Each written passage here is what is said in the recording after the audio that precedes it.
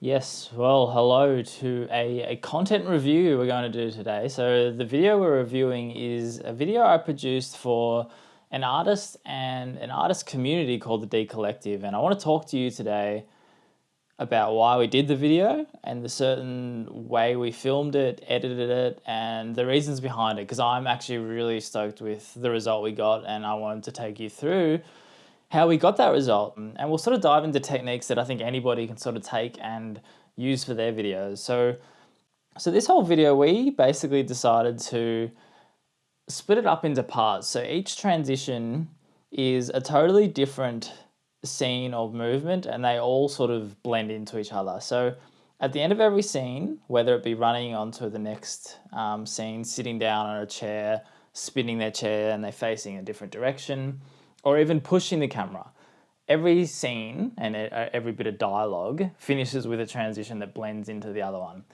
Now, the reason we did that, there's three reasons why we did that. One, it's more engaging for the viewer. Two, it's a lot easier for the subject, the people behind the camera, to actually deliver the lines to camera. They don't have to remember it all at once.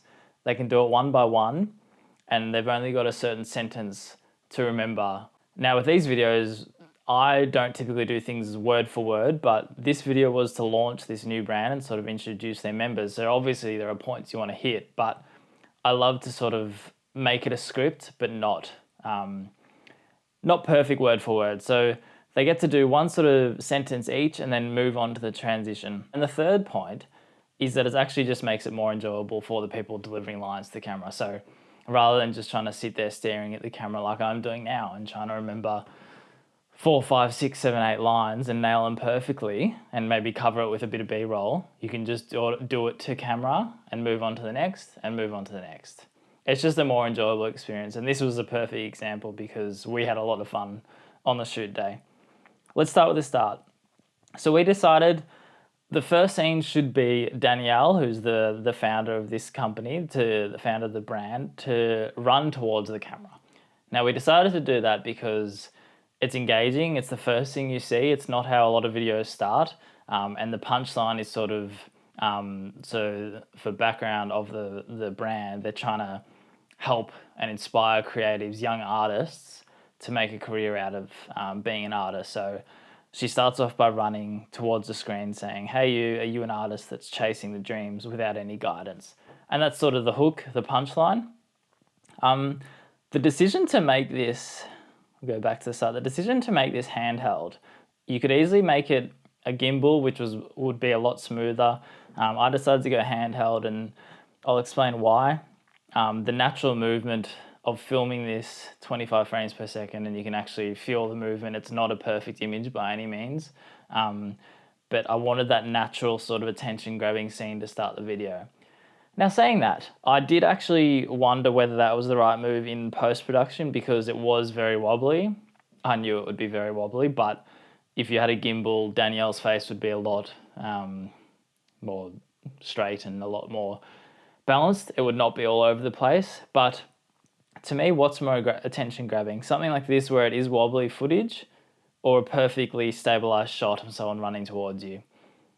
It's the shaky footage, and it might not be perfect on the eye, but that's sort of the point, right? You want to get people's attention. Like, oh, that's not something you see on your everyday scroll, so it's attention grabbing. You're going to stop the scroll. I also put a bit of text at the start that's a bit bigger than the average subtitles. Again, just to make it a bit more engaging. So she runs towards the camera, finishes her line. She finishes like she puffed and runs on to the next scene. Hi, I'm Danielle. I've been an artist for 14. Now, so she delivers this line. As we scroll through, the end of this sentence, she spins to her left, over her left shoulder, and that means the next scene, the tripod is behind the piece of artwork, and she starts talking in that natural spin. Now, a tip I have for this is to get them to do the spin, the end transition, at the end of the line they're delivering and also at the start of the next line they're delivering. So you get that natural, the natural movement on both ends. So you can sort of make up your mind on which one looks more normal and which one you can connect. This next line is similar. So she delivers her line to camera. And this one was good. At the end of this one, we actually got Alessandra, who's the operations manager at the D Collective, the brand we're doing this for, to come in and introduce herself. But the transition to get Alessandra in on the video is a bit different because she has to come into scene, put her arm on Danielle's shoulder and start talking. But the beauty about filming something in 4K is you've got that ability to punch in and out when you transition. Until I hired an operations manager. Meet Alessandra. She takes care of, actually, I'll let her explain. I'm Alessandra. So rather than making them trying to both deliver their lines perfectly to camera in one take, you have that movement of punching in and out as the arm goes on the shoulder, and then the first person can deliver their line well, and then the second person can come in and deliver their line well. So the next one, they get up. And Danielle's artwork. Get up For the and last both 3 walk years, off I've had the scene. privilege of working alongside Danielle, and I've Alessandra seen walking everything it towards takes camera. to make it in this industry. The late nights, the long hours. Now this one is fun. I decided rather than just having her stand there, we decided that moving towards the camera, walking was a much more engaging and easier way to deliver lines to camera.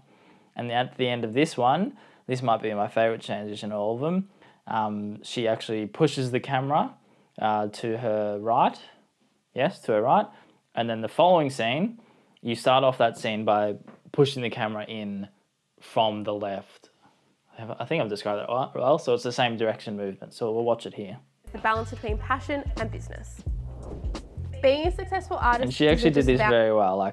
So I told her we practiced it beforehand. I think you'll see it on the behind the scenes here, but we practiced this push a couple of times because it needs to look natural. She needs to have enough distance in terms of getting as close to the camera as she possibly can as close to the camera as she possibly can for her to touch the lens and pushes it, but that's got to go in line with delivering everything she wants to say. So one of those small things that it is actually quite tricky. And then the next scene, you'll see behind the scenes iPhone footage here, you'll see how I actually move the tripod and pan into Alessandra to start talking. So that takes a few goes, but it's one of those fun ones because we decided she should start talking as soon as the camera. The camera hasn't even stopped. So as soon as the camera starts moving and she thinks it's about to settle on her.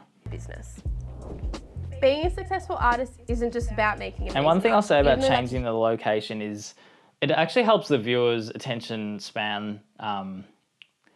Not like our attention spans are all pretty average these days, but if you change up the location, it's almost like following a story, and in this case, a bit of a tour of the office almost. So she's talking about the business side of being an artist, and it's not all just painting and the actual physical creation of it. It's about the admin and the business side of it. So that transition pushes her from the studio downstairs to in front of her laptop where she delivers the line about admin. Huge part of it.